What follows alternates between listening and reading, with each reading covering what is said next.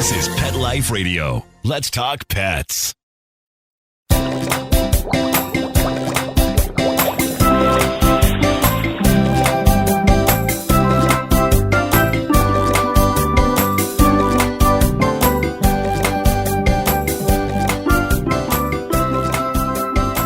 Welcome to Aquariumania. I'm your host, Dr. Roy Anong, speaking to you from the University of Florida IFAS Tropical Aquaculture Laboratory. Thanks for joining us. Jellyfish exhibits in public aquaria have held a certain mystique and fascination for decades. Early jellyfish aquarium systems and hardy species became available to hobbyists with some success. As systems evolved further and more difficult species better understood, the interest in jellyfish keeps continuing to expand. My guest today, Travis Brandwood, the president and founder of the Jellyfish Warehouse, has helped push jellyfish science and culture forward on many different fronts. Join us as Travis shares his journey from jellyfish novice to expert and teaches us the basics of jellyfish biology and aquarium keeping. We'll be right back after these messages. Take a bite out of your competition. Advertise your business with an ad in Pet Life Radio podcasts and radio shows. There is no other pet-related media that is as large and reaches more pet parents and pet lovers than Pet Life Radio. With over 7 million monthly listeners, Pet Life Radio podcasts are available on all major podcast platforms, and our live radio stream goes out to over 250 million subscribers on iHeartRadio, Odyssey, TuneIn, and other streaming apps. For more information on how you can advertise on the #1 pet podcast and radio network, visit PetLifeRadio.com/advertise today. Let's Talk Pets on PetLifeRadio.com.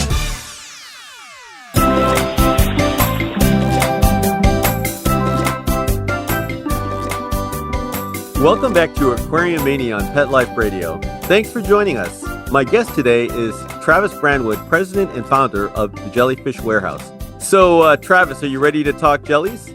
Oh, I am. I'm super excited. Well, as you may know, I kind of like to get some personal information from my guests first. So let's start with maybe some earlier questions. How did you first become interested in aquarium keeping? And do you remember your very first tank? Yeah, so my dad actually was a koi fish farmer. So I grew up on a koi fish farm. So I've been keeping fish, and I've been, surrounded by aquaculture since I was pretty much born. So I think as far as how jellyfish ties into that, I was always surrounded by raising anything I could. I was scooping fish out of the creeks. I was keeping koi. Yeah, and I think even like my first aquarium, I probably was like 5 or 6, So I was kind of always acclimated to, keeping all sorts of things. So jellyfish was kind of a next step for me. That's cool. Did your father have you help out on the farm at all? Yes. Yeah. From pretty much as soon as I could walk, we were there, especially during the summer, when we didn't have school, we were helping out for sure. That's pretty cool. Yeah.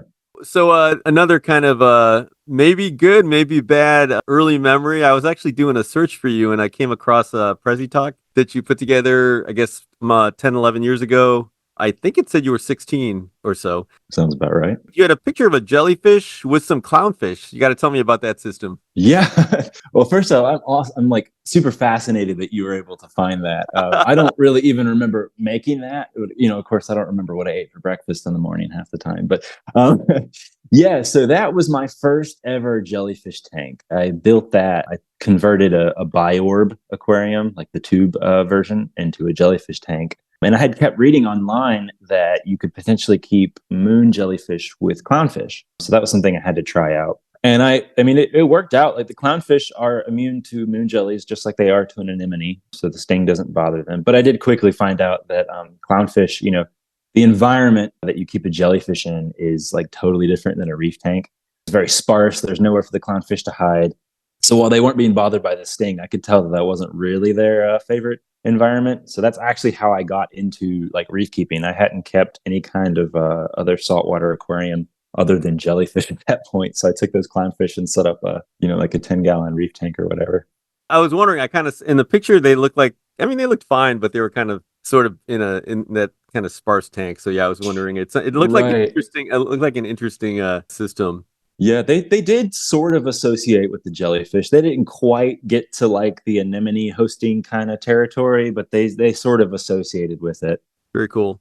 Now, obviously, we're going to get much more into depth and detail with species and some of the more kind of intricacies of jellyfish. But do you remember what were some of the very first species you kept? Maybe not bred yet, but just kept, Yeah. and what the main, I guess, kind of early on differences you noted between keeping jellies and fish were.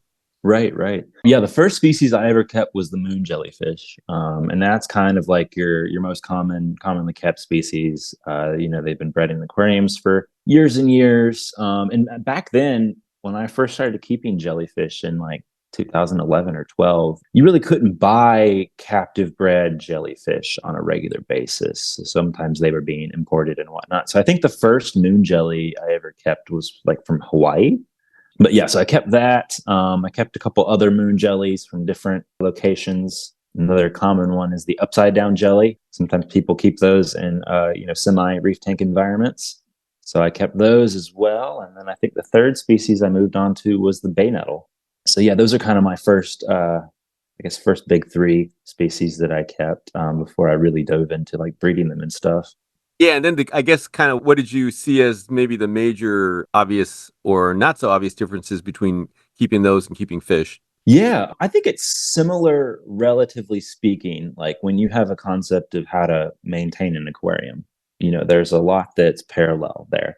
But the biggest thing is just that, jellyfish are delicate and they're free swimming. And so you kind of have to go headfirst with the aquarium. Like with a regular fish tank, you can go to Petco or PetSmart or wherever and buy a 10-gallon aquarium or, whatever size you want and just get started. But like with a jellyfish, they do have special requirements for the aquarium. So I think, yeah, the biggest thing is, all of your work kind of goes in on the front end, getting the right aquarium, and getting that all set up. That's all kind of on the front end. Okay.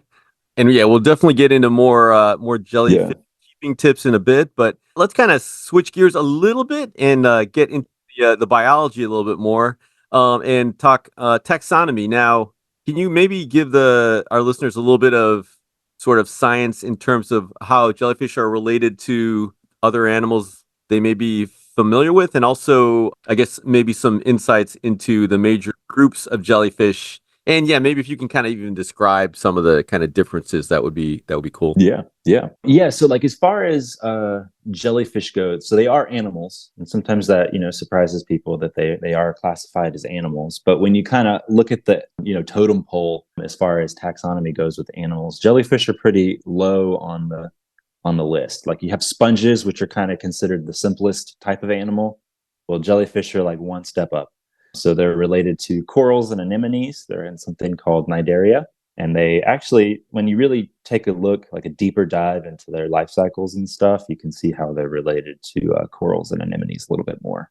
Jellyfish are just basically, they have a free swimming stage, whereas like a coral, picks a spot and stays there for its whole life. And then, yeah, as far as some of the different groups go, you can it really depends on how you look at it. Because like scientifically and taxonomically speaking, you can really dive in and there's all of these different groups. But if you're looking at it from the angle of like either a hobbyist or, a public aquarist or someone just keeping jellyfish, I like to split it up into 4 groups. So you've got your true jellyfish. Those are, again, like your moon jellies or your sea nettles, kind of the thing you look at and you go, oh, hey, that's a jellyfish. You've got your hydrozoans, which are the best way I can describe them is the weird cousin of jellyfish. They're a lot of the freaky looking, smaller jellyfish that look like they're from deep down in the ocean. That's usually hydrozoans. You've got your box jellies. Those, I think a lot of people have heard about, the Australian box jellyfish. That's lethal, but they're actually found all over the world, including here in America. There's about 50 or 60 species of box jellyfish. And then lastly, you've got your comb jellies. Those are the clear kind of walnut shaped jellyfish that produce all sorts of iridescent light. And they're actually not a jellyfish. They get grouped in a whole lot, but they're something called the ctenophore. And they're kind of just in their own little compartment. I think every paper I read recently that comes out about comb jellies shows that they're just like further and further distantly related. So they're kind of in their own category, but we often rope them into the jellyfish dome. Because they kind of like move around like jellyfish, but they're not. Yeah, and they're made out of that same kind of, jelly type consistency. You look at that and you go, that looks like something made out of jelly. So Right. Yeah, exactly. No, that makes sense. Yeah. So now kind of going a little bit more into anatomy and biology, I've got a little bit of understanding, a little bit on kind of the health side. Obviously, I don't know jellyfish nearly as well as you. Can you maybe give us an idiot's guide summary of jellyfish biology, anatomy, and maybe starting a little bit about reproduction? Yeah, they are super simple creatures. They don't have any real organs. So everything they have is just cells and tissues. They don't have any true organs.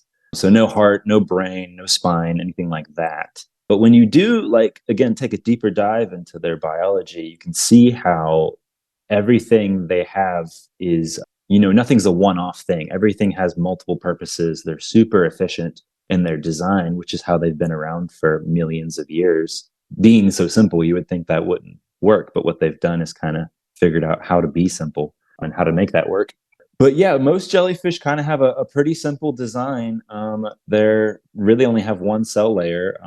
The middle stuff there, that thing we think of as jelly, is called mesoglia. And then they've just got kind of a layer of skin on top of that.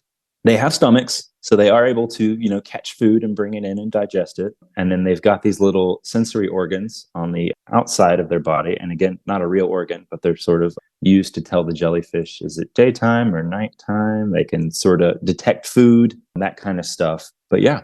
And then, I guess maybe a little bit on reproduction. Right. Yeah. So most jellyfish species are male or female. I get that question a lot, do they have a sex? Are they male, female? Are they both? Most jellyfish species are going to be male or female. And then you basically have two types of reproduction. You have internal or external. So with external reproduction, they basically take their gametes and just throw them out in the ocean and hope for the best, which is kind of a wild thing to think about that works. But nature finds a way. And then the internal fertilization is where they actually bring in the gametes and fertilize eggs with it. And then they actually allow the little larval jellyfish to develop inside of the female for a period of time before they're then sent back out into the ocean. And then as far as their, kind of whole life cycle, they have a multi-step process, very similar to like a frog or a butterfly. They've got these different distinct stages that all form a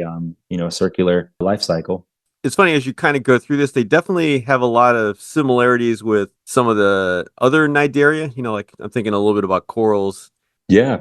So they can also, I guess you can kind of cut them into pieces and they'll also potentially grow that way. Is that another possibility as well for reproduction?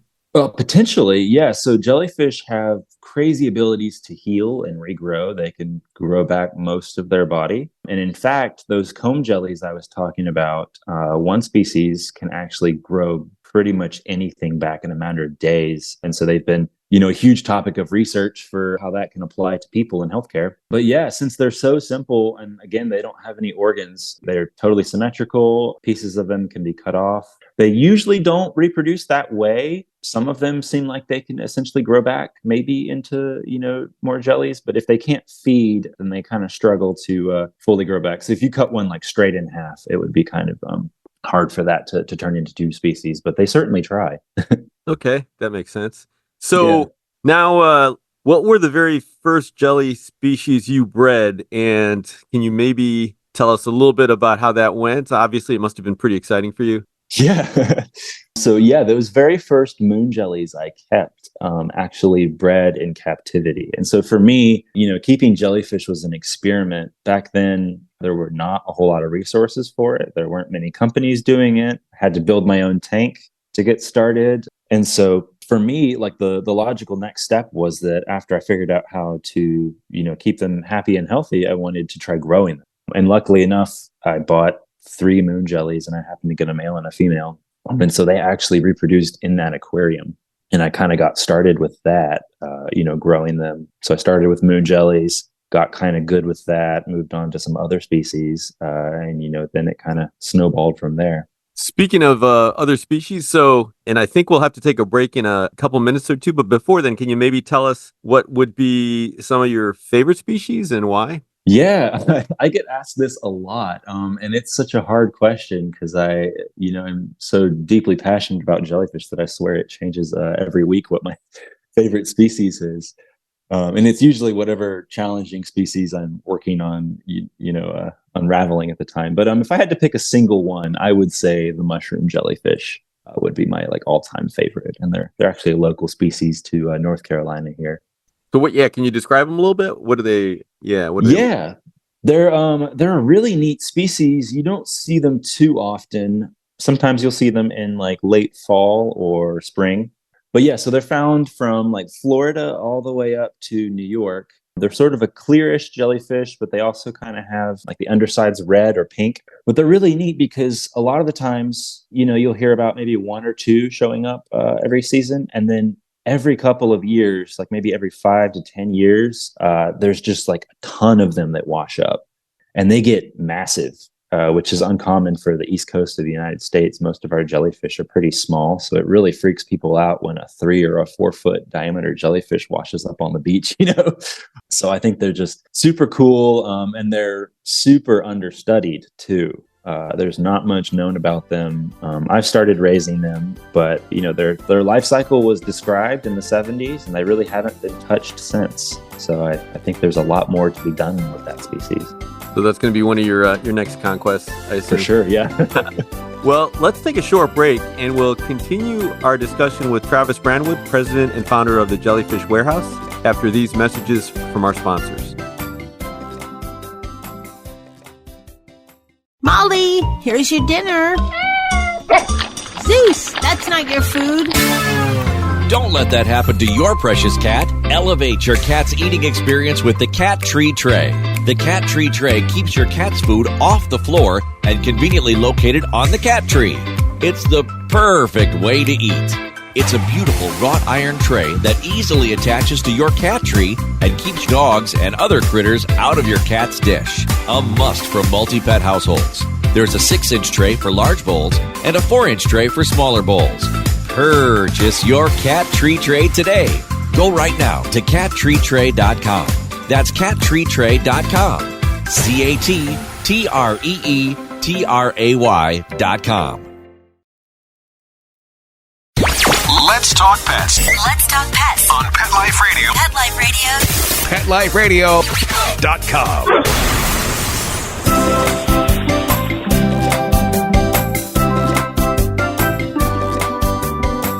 We're back and continuing our conversation with my guest, jellyfish expert Travis Brandwood. So we kind of talked a little bit about some of your early beginnings and some basic biology of jellyfish. Travis, let's kind of talk a little bit more now about what you've done on the commercial side. So how did you make the leap from jellyfish keeper to breeder to businessman? And I think I heard, or you mentioned you started in your garage, right?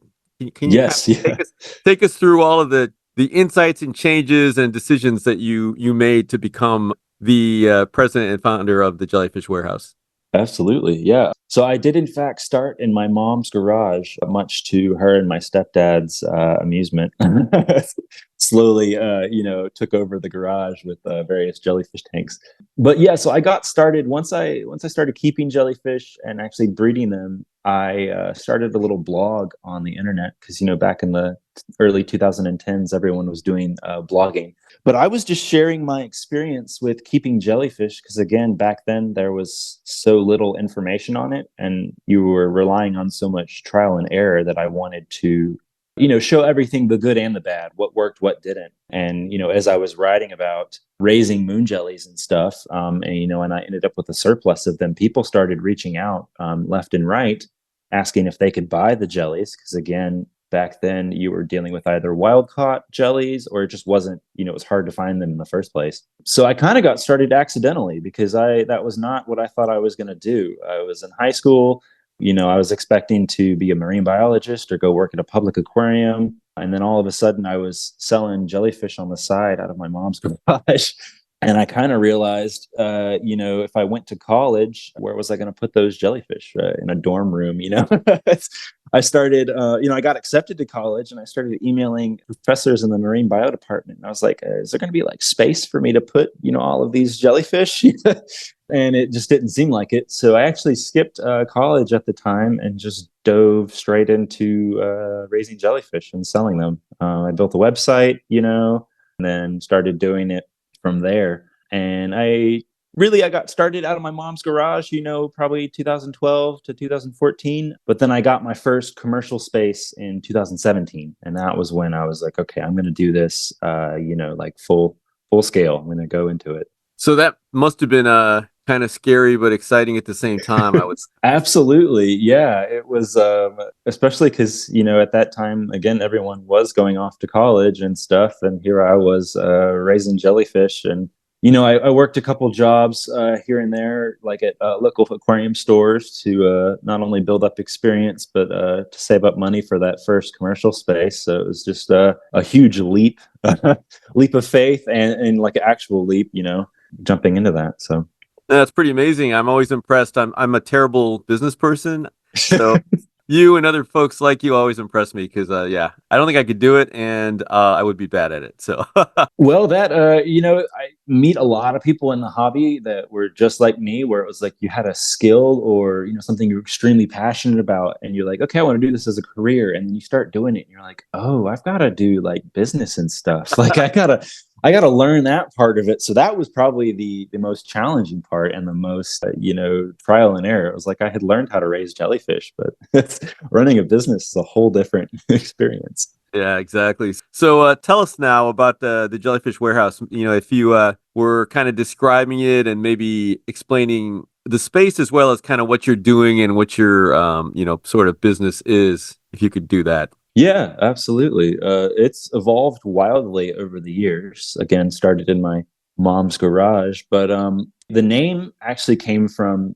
my goal starting out was that I realized that there was such a lack of resources and jellyfish and tanks and everything for sale. And there was really nowhere where you could kind of get all of that. So I wanted to create this kind of jellyfish warehouse where you could find everything you needed. Things were affordable because, early on, jellyfish tanks were thousands of dollars. So I wanted everything to be affordable and readily available and kind of all under the same roof. And so that's how I came up with that name. And then, getting started, early on, I got that first warehouse space, which was only a little bit bigger than a garage, and just started accumulating tanks and hardware as I could. And I focused originally on breeding jellyfish because I knew that was what I could do. That was what I was good at. And I just wanted to do as many different species as possible because there really hadn't been any opportunity for that before either. It was like if you wanted to buy a jellyfish, you got moon jellies or whatever random thing that maybe, a wholesaler got in at the time. So I wanted there to be a wide variety of captive bred, sustainably aquaculture jellyfish available. Can you tell us what are some of the most popular jellies that you're selling to public aquaria, to researchers, and to hobbyists? I'm assuming they're probably different. Yes. Maybe go into that a little bit. Yeah. So like as far as the hobbyist level goes, moon jellies are still the most popular. There's the most information about them. They're relatively easy to breed and care for, so they're in good supply. They're very readily available and pretty affordable for someone looking to get into jellyfish. So those are definitely still the most common. But I think sea nettles would be the next most common species that we sell. And we sell quite a few different species of them. I think I'm up to like maybe 10 different species of sea nettles. But they're that jellyfish species that's got the long, really frilly tentacles, kind of the classic looking jellyfish. They're really gorgeous. So naturally a fan favorite. So that's for hobbyists. For public aquariums, I think sea nettles are also huge. They're, usually a big jellyfish and again, really beautiful display animals. But yeah, public aquariums are always looking for something, new or interesting to show people. And then as far as researchers and universities go, that's always a fascinating topic. Because, there's I almost feel like there's fads that come in and out. People get interested in, a particular species. Again, like those comb jellies that can regenerate, every part of their body. That's been a huge thing in the past for research. I'm working on a project now with something called the immortal jellyfish. That's a jellyfish that can actually go backwards in its life cycle. So I just started breeding those. Actually, I caught several of them on my honeymoon. When I wasn't trying to have an actual vacation, I was sitting there collecting jellyfish and bringing them back. In between trying to breathe. Right.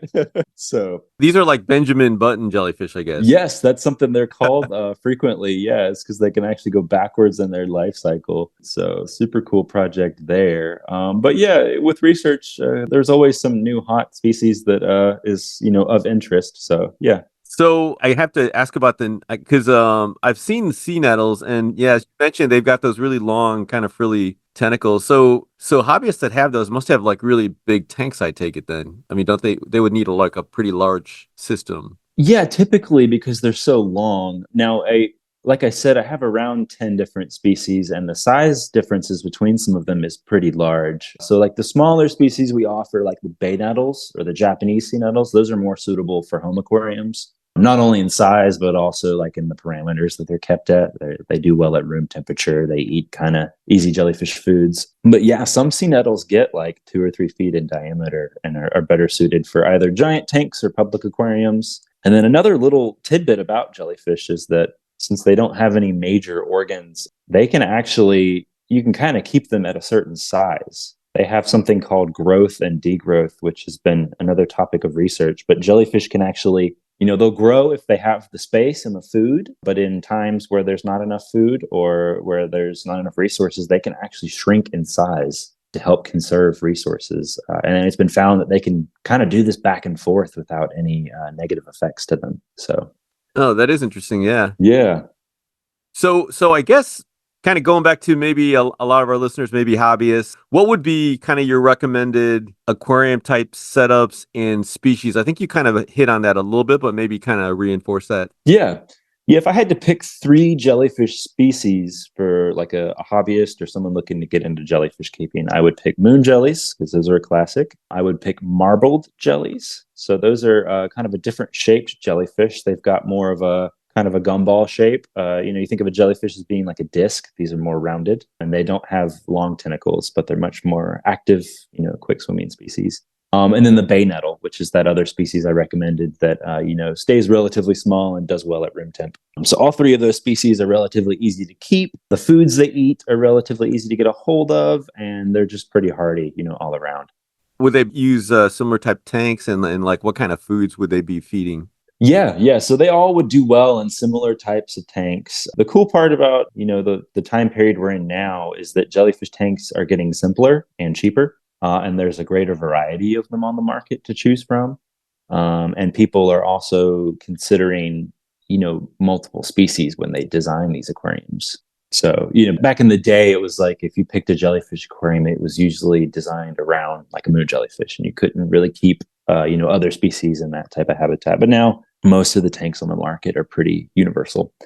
And then food-wise, there are pellet foods now for jellyfish, which has been a huge innovation. It used to be that you had to hatch brine shrimp to feed your jellyfish, and that is still a really good option. It's a live food, so it's super clean and super healthy for your jellies, but it's not necessary anymore for a lot of those more common beginner species. Okay, good to know. And now for maybe more advanced hobbyists, what would be kind of a challenging but not impossible species? Right. Yeah, the first one that comes to mind is the blue cannonball jellyfish. That's one of my other favorite species. They're relatively new to the hobby. And the biggest challenge with them is that they're super active and they love to eat. So you just got to keep them fed like all the time. They're really gorgeous species. They're bright blue. They look unnatural. They're look like a soda or something, like the color that they are. But yeah, so they're totally gorgeous and have a lot of fun personality. And they're not terribly difficult to keep, but again, it's just like you got to keep them really well fed. So feeding them a couple times a day is ideal if possible. I had 2 kind of questions I just thought about. When you talked about mixed species, now are there jellyfish that really you don't put together, or are they kind of able to get along with each other for the most part? Yeah, so typically with jellyfish, you want to keep them with other members of like the same species. So like if you keep moon jellies, you can keep a couple moon jellies, but you don't want to mix them with other species. Now, there are some exceptions to that. A lot of your tropical species, so like your blubber jellies, your spotted lagoon jellies, those guys tend to do well together. Whereas like your sea nettles, your lion's manes, those are the more like stingy species that will try to eat other species if they can. So my typical advice is if you're a beginning hobbyist or looking to get into jellyfish, stick to one species. Even the species that you can keep together, there are some challenges associated with that. If you're looking to get into jellyfish keeping, I would kind of find a species you like and stick with that one to begin with. Okay, good advice. I actually had another question, but of course I lost it, so it comes back. I now remember. So, with kind of reef tanks, versus kind of fish only, we know there are sort of some water quality parameters that Right. maybe are going to be much more important, or, that they're much more fragile. How would you say kind of water quality parameters for like a reef tank versus like a jellyfish tank would compare? Like, are there things that are going to be more critical or, less critical? Yeah, that's actually a great question. And I typically compare jellyfish to keeping soft corals in terms of water quality. They're not super picky about like nitrates or phosphates. You don't want them to be crazy high, but it's not like, keeping LPS or SPS where you got to really keep an eye on those water parameters. And then as far as like, I know reef keepers keep close tabs on alkalinity or calcium or magnesium. Those parameters are important for jellyfish, but they don't use up those elements. So you don't have to worry about like dosing a jellyfish tank because they don't have a skeleton. They're not going to use those elements, but they still want them to kind of be, similar to natural seawater. Okay, good. Yeah, I was curious about that. Let's kind of move on. And you've been really, really active with trying to kind of enhance and get the jellyfish community sort of united. Can you tell us a little bit about the Jellyfish Owners Association that you began and what its purpose is and some of maybe the cool or important things that have come out of it so far? Yeah. So, as a person raising jellyfish, and I've been doing it for, over a decade now, I realized that, if you go to Google right now and look up information on keeping jellyfish, I would estimate that 80 to 90% of what you read is going to be wrong or misguided, which I realize, when you're doing any hobby, any niche hobby, there's going to be a certain percentage of wrong information. But like with jellyfish, it's just astronomical. And so there's so many people trying to get into the hobby and they just end up misguided or have the wrong ideas because it's like so much of that information that's right up in front and, in your face is just wrong or misleading. So the purpose of the Jellyfish Owners Association was to create like a place, like a centralized location where jellyfish keepers could exchange information. So I wanted it to be jellyfish specific because, there are forums out there for aquariums and sometimes jellyfish come up. But a lot of the times those people, haven't kept jellyfish or they're just sort of regurgitating information that they read on the internet at some point. But then I also wanted to create a space where jellyfish keepers of all backgrounds could come together. So we've got people who have never kept a jellyfish and they're just doing research. They're in that early phase. And then we have some of the greatest jellyfish keepers in the world in that group, everybody in between. So I just wanted this space where we could all talk about jellyfish and come up with ideas. And we could all kind of fact check each other. It's not one person and it's not one company controlling all the information. It's everybody in the jellyfish community so that we can all come up with great ideas and kind of exchange, how we're doing jellyfish keeping from, all parts of the world. So, and then, as far as some of the cool stuff that's happened, I mean, really the coolest thing has just been like the connections that have been made, not only between me and other people, but members of the community. Because again, there's people from, all continents keeping jellyfish and talking about it. And again, it's helping hobbyists talk with public aquarists and with scientists. And we're all kind of exchanging information so that we're not, getting trapped in our own bubble. We're kind of checking the way we do things with other types of jelly keepers. So the communication and the connections that have been made have been really cool to kind of watch unfold. Yeah, that's excellent. And definitely, there's obviously so much to be learned either from public aquarists or from the hobbyists who have really, done a lot of in this area. So yeah, it sounds like a really great group. I just joined, so hopefully I'll try to learn a little bit more about them as well. And I know you mentioned this as well, and a really, really big project, the Jellyfish Compendium. Can you tell us a little bit about that? and obviously goals and where you are with it so far? Yeah, so I started that, I think either late 2021 or early 22. But I was suffering from some major burnout. I've been raising jellyfish for years and running a jellyfish company and all that.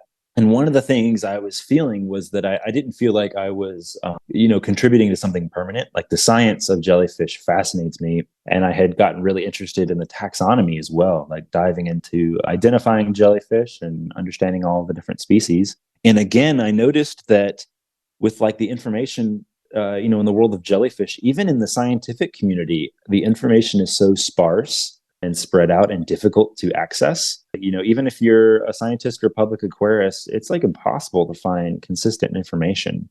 If you're raising a species of jellyfish and you want to find a picture of what the babies look like or what the larvae look like, most of the time, if you Google it, you'll find nothing. Or you'll find a hand-drawn photo from its original description in 1850 something, or whatever. So I kind of got this idea to set out to photograph every species of jellyfish I could get my hands on and to photograph each stage of their life cycle. So everything I could get my hands on. And then I kind of wanted to put this all in one place and make it freely accessible to anybody. You can just go there, scroll down and find the jellyfish you're looking for.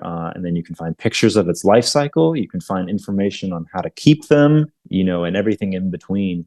And so it's kind of a amalgamation of my own personal experience and anecdote, and then also me digging through the literature and trying to summarize it and put it in one place so that we have an easy kind of way to access it.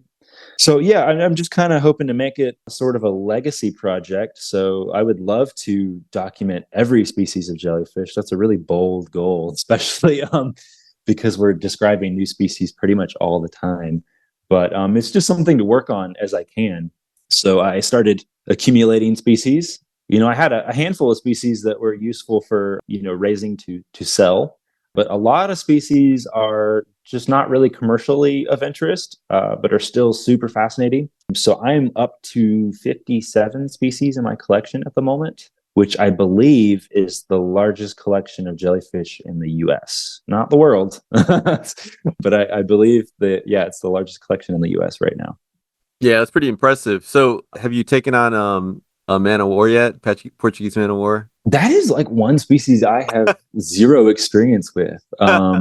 Yeah, they're not common here in North Carolina. I know in Florida you get like a good wind, especially like in the winter months. It seems like you'll see them wash up, but I've only seen one, and it was in Florida, and it was dead when I found it. So I haven't had the chance to work with them, but that's something I would be very interested to try out. Yeah, that's the same experience. I was on the East Coast and just walking the beach, and they were like, like you said, a couple must have gotten blown over. They were beautiful, but dead. So yeah, pretty interesting. Now I do work with box jellyfish. I have, I think, 6 or 7 species of box jellies right now. But yeah. Have you decided whether you want to put up a little webcam for your jellies yet? I've thought about that. Yeah, I know that some public aquariums do those like live jelly cams. They're super popular. And I'm actually moving my facility right now, and I'm kind of building my dream jellyfish lab. So when that's all done, when the dust is settled from that, I might actually consider setting something like that up. Yeah, that'd be really cool. It sounds like a lot of really interesting species there. So I think in one of our correspondences, you had mentioned something about hitchhikers. Can you maybe talk a little bit about hitchhiker jellyfish? Yeah, this has become kind of a little niche interest of mine recently, is jellyfish ending up in spots where they're not supposed to. So people who've kept reef tanks may have come across like upside down jellies are very common hitchhikers in reef tanks. They come in on live rock or corals or whatever. And then other little hydrozoan jellyfish are common hitchhikers in reef aquariums, and they usually show up and then go away on their own, and people get curious about them. But I think it was last year I had just a little 30-gallon tank set up for some basslets. It's kind of a side interest of mine, or deep water basslets. But I had tossed some live rock in there from my reef tank to help speed up that cycle. And a couple of months into it being set up, I noticed little box jellyfish growing on the sides of the tank. So their larval stage, grows on the sides or like on a rock or the glass or whatever. So I noticed these little box jellyfish growing there. And I was like, that's something totally different. Like upside down jellyfish are essentially harmless. They're nice, friendly little species of jellyfish. And I'm over here with, who knows what. I could tell it was a box jellyfish, but I don't know the species. It could be anything. So I started raising those and have had some success raising them. They're really tough. But I started digging into the literature, and there have been species of box jellyfish which have been only identified from aquariums. Like they've never been seen in the wild. They've only been known by showing up in people's aquariums. And I'm not the only person either that's found them in their, hobby aquarium. There have been other people, even in the Jellyfish Owners Association, people have posted videos of box jellies that have cropped up in their tanks. So that makes me wonder, like, how often is this happening, and how many species are there that are potentially undescribed or unknown to science that are just living in people's aquariums in their homes?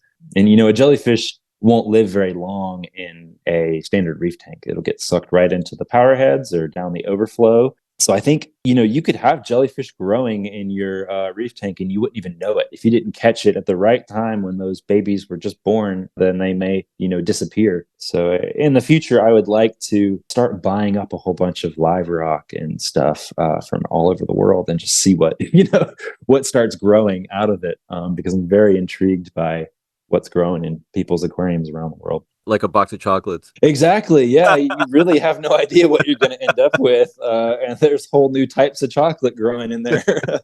So have you had a chance to get any of the box jellies that you saw identified, or they're still kind of unknown? They are currently unknown. I have 3 unidentified species right now, and I sent them off to be DNA barcoded. So that means the lab is going to take them and extract their DNA and compare it to other ones in the database. So they can either tell me, oh, this is that species, or they can say this isn't in the database. And that either means that it's a new species or it just hasn't been entered yet. So waiting patiently on that. I don't know how long that's going to take, but very curious to see what that ends up being. Very cool. Very cool. Well, unfortunately, I think we're out of time, Travis. So I want to thank you a lot, and our producer, Mark Winter, for making the show possible. Travis, did you have any final words of wisdom on jellyfish or aquaria or life in general? That's a great question. Well, firstly, I appreciate you having me on. I always love a good excuse to talk about jellyfish and aquariums in general with other like-minded aquarium people.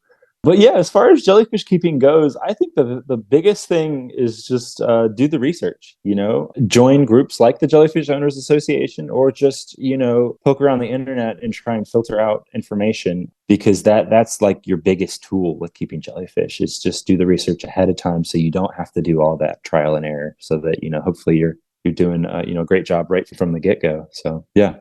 Very cool. And you know what? I actually thought of one more quick question, which was, I forgot to ask you about lifespan. So what's kind of your average lifespan for your beginner jellies that you were talking about, and maybe some of the other ones? Yeah, I'm glad you asked that, because this is one of my favorite questions, and it's another one of those myths that I see all the time. Is people, are upset that jellyfish have short lifespans. I always hear that they only live a couple of months or less than a year. But yeah, if we take a look at the moon jellyfish, for example, it's pretty common for them to live 2 to 4 years in captivity. And that all has to do with, how well they're taken care of and all of that. But yeah, moon jellies have been kept all the way up to, I think, 14 years in captivity at some public aquariums. Again, they don't have organs to fail. They're really simple. So if they're in really good conditions, they'll keep going for a long time. That myth that they only live a couple of months is totally untrue. And, every new species we're keeping that we're learning more about, it seems like we push that lifespan, longer and longer. Good to know. Yeah, I was wondering about that. So appreciate that. Yeah, I should have asked that sooner, but that's all right.